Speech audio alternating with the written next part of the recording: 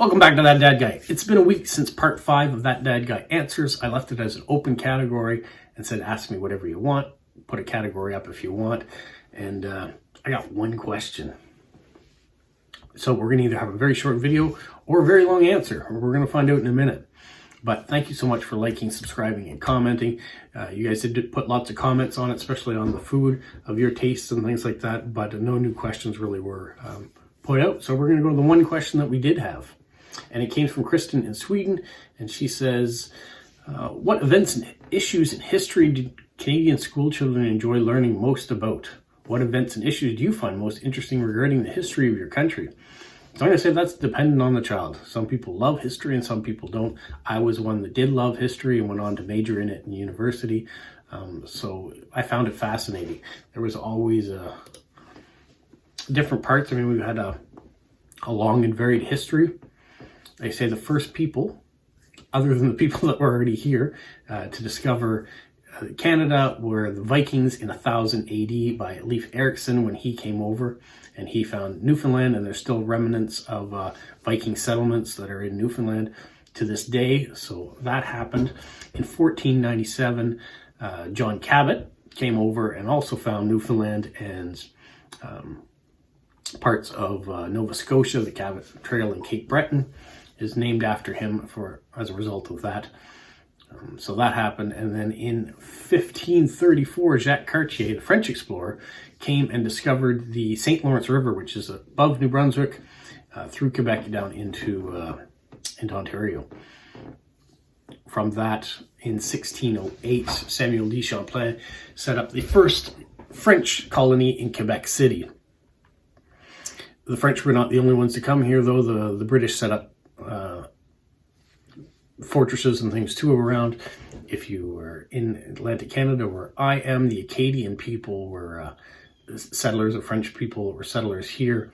And in 1755, we learned about the expulsion of the Acadians, that the British gave them the option of being loyal to the crown, and if they weren't, they were sent away from their homes.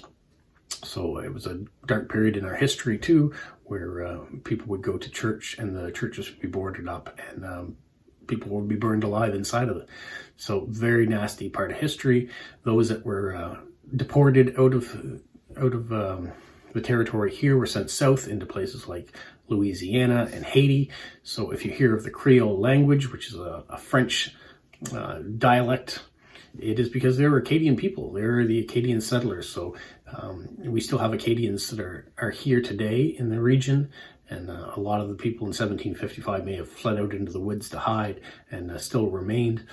But their ancestors too are now in Louisiana and Haiti. And so they used to be all one people. So that happened in 1755. In 1759, there was the Plains of Abraham War in Quebec, where the British and the French fought. And unfortunately, fortunately, whatever side you're on, in 1763, the French territories that were here were ceded over to the British. And so Canada became kind of an English territory at that point in time.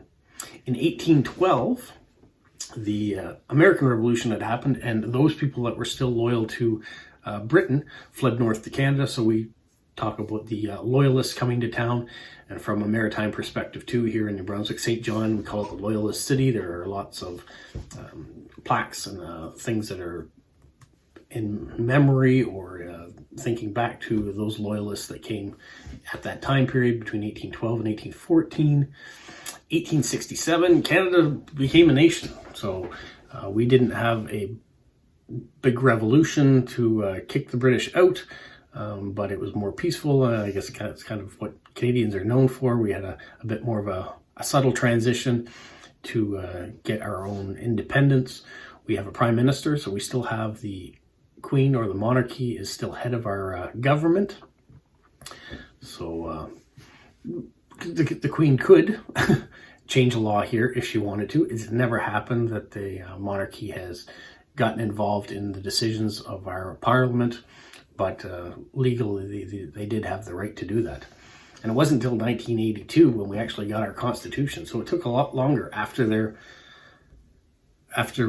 things had gone. Sorry, I had got a message popped up on my phone, and I wanted to clear that out of the way, which I just did again because it popped up more than once.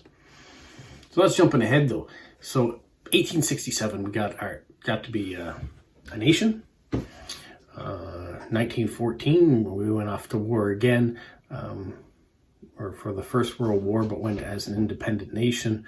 1916, though, women got the right to vote, so we were ahead of the times there. In 1949, Newfoundland, which we discovered, or I told you about, was the first area to be discovered, either by the Vikings or by John Cabot in 1000 AD and 1492. But in 1949, they actually became a province. So they were the last of the provinces to be created for Canada. So at that point, we had 10 provinces. We now have 10 provinces and 3 territories. So that's what makes up Canada. In 1960, the Native Canadians were given the right to vote. So that's another smudge on our reputation, that it took almost 100 years as a nation before the people that were first here got a right to say who was going to lead the country. So unfortunately, that took that long to come to be. 1982, we talked about getting our Charter of Rights. And then from there, that's Canadian history. There's been all sorts of things that have happened. In 1995, Quebec had a referendum to see if they were going to leave Canada. So Quebec is our only French first-speaking province, and they've always thought and had the feeling that their culture and things was maybe being amalgamated by the rest of English Canada.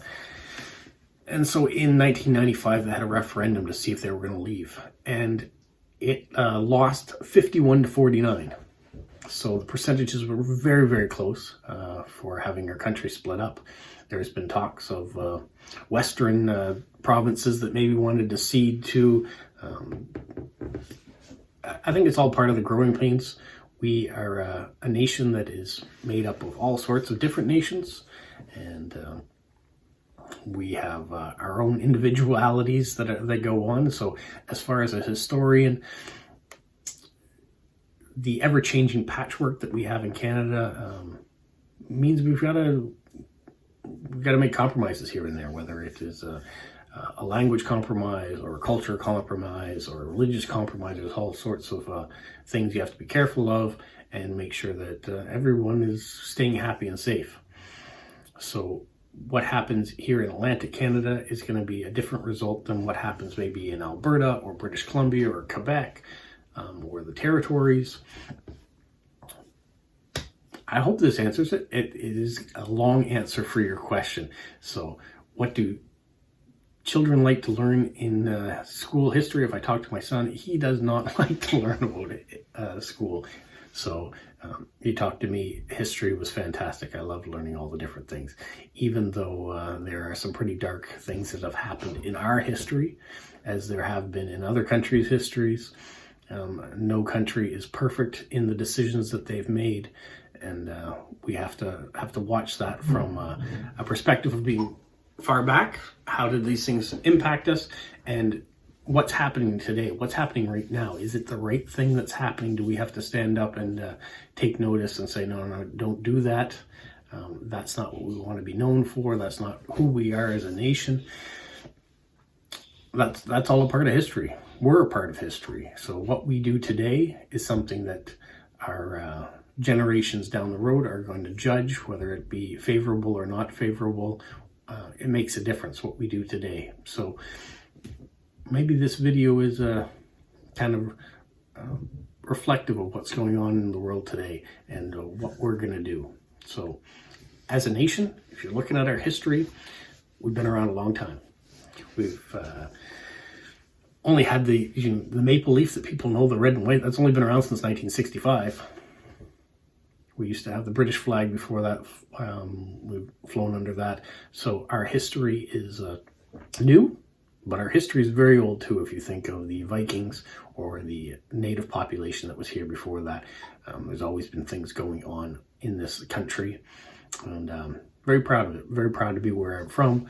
You can see my little Canadian flag back there, and the hockey placard. That's Martin Brodeur in the 2010 Olympics when we won gold. That was the first time the men's hockey team won gold in 52 years at the Olympics.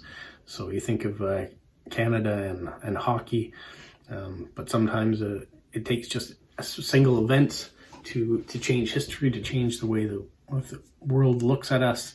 And hopefully all the other countries, when you look at Canada, you think of us as something positive and not a negative country.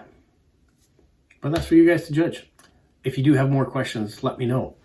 Next week, I will answer the questions. I'm not putting a category out anymore. I'm just going to say, ask your questions and we'll go from there. If there's no questions, then I'll just stop doing these videos and we'll move on to something else. There's always something to talk about. There's always something to do. And that's really what I wanted to do, was make these videos a way of connecting, a way of hearing new perspectives, either on, like, we've talked about travel, we've talked about food. Now we're doing a little bit of Canadian history. I think it's fun to see something different each week and to have a question. When people comment and leave questions, sometimes I answer them right away. But having a series like this, it lets everybody see what's going on, hear what other people are thinking about. And hopefully I'm answering these questions the best way possible. All right, I'm losing my voice. So I'm going to say goodbye for now. Stay safe, everybody. And until next time, bye-bye.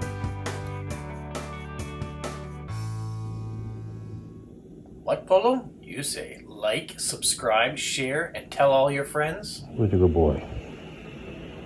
Who's a good boy?